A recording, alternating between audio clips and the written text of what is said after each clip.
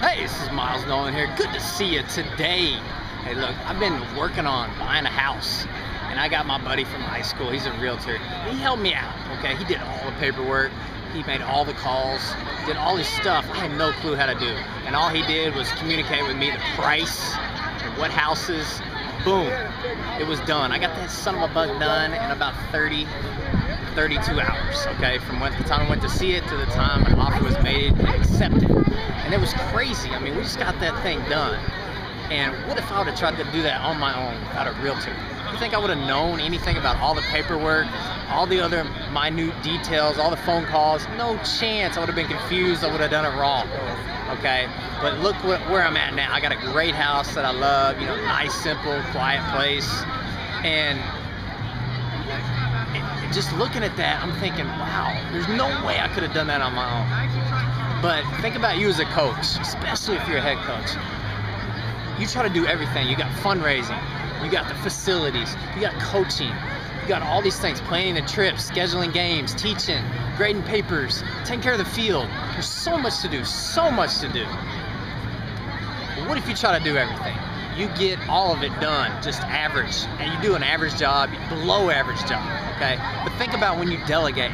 Think about when you assign people to things they're good at. You got a guy that's good at pitching and you're not, let him take it over. Give him some guidelines, teach him exactly what you want, but then let him go. He'll take ownership in that, and he will do a great, great job.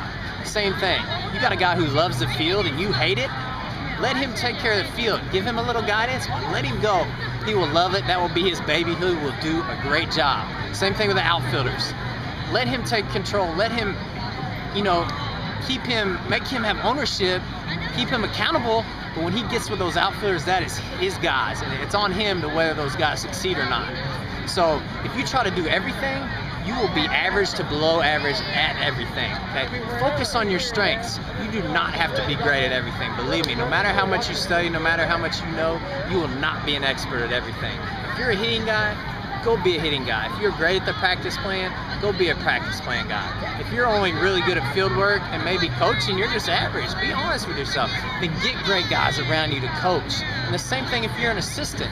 Find a leader on your team, a senior that's a great player, that's a leader that does all the right things, and get him to teach the younger guys. Because those younger guys, they will listen much better to that player, their peer that's teaching them, rather than a coach, rather than a dad, anybody like that.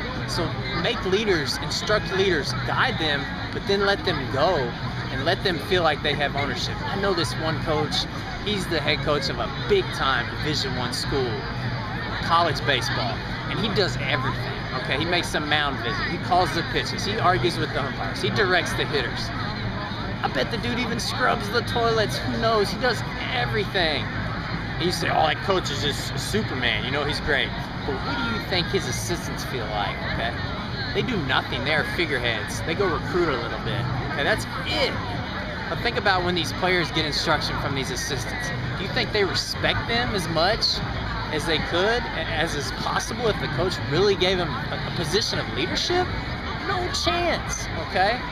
Even if you're assistant, you can delegate. Give everybody ownership, guide them, teach them how to be teachers, and let them go.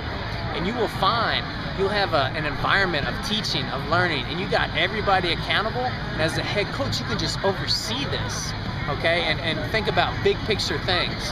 There's a, you know, kind of a story, there's some books you can read, but the best businesses are owners that are working on the business, not in the business. Now, I'm not saying don't coach, but I'm saying focus on your strengths and focus on the big picture and the vision of where you want your program to go, and teach people your priorities, your rules, and let them go. If you're always working in the business, working on everything around you, you have no time to work on the business, your team, and think about the vision and the common goals and the big picture things that you want, because you're so focused on the details. Delegate the details and find ways for everybody to come together, feel ownership, feel motivation, and you will build a great team. I have no doubt about it. You can do this, okay? Separate yourself, have the guts to trust in your assistants, and if you're an assistant, trust in your players, trust in the guys around you, build a great program. There's no doubt in my mind you can do this. and you will not lose anything. I promise. If you train these guys will love you to death. They will appreciate you, and they will feel great about having a real important part of the team and developing the team. They'll feel like they really gave a lot to the team. There's no doubt you can do this as an assistant or a head coach. You must delegate to have the best program, the best team, the best players you can possibly have. Let's do it right now.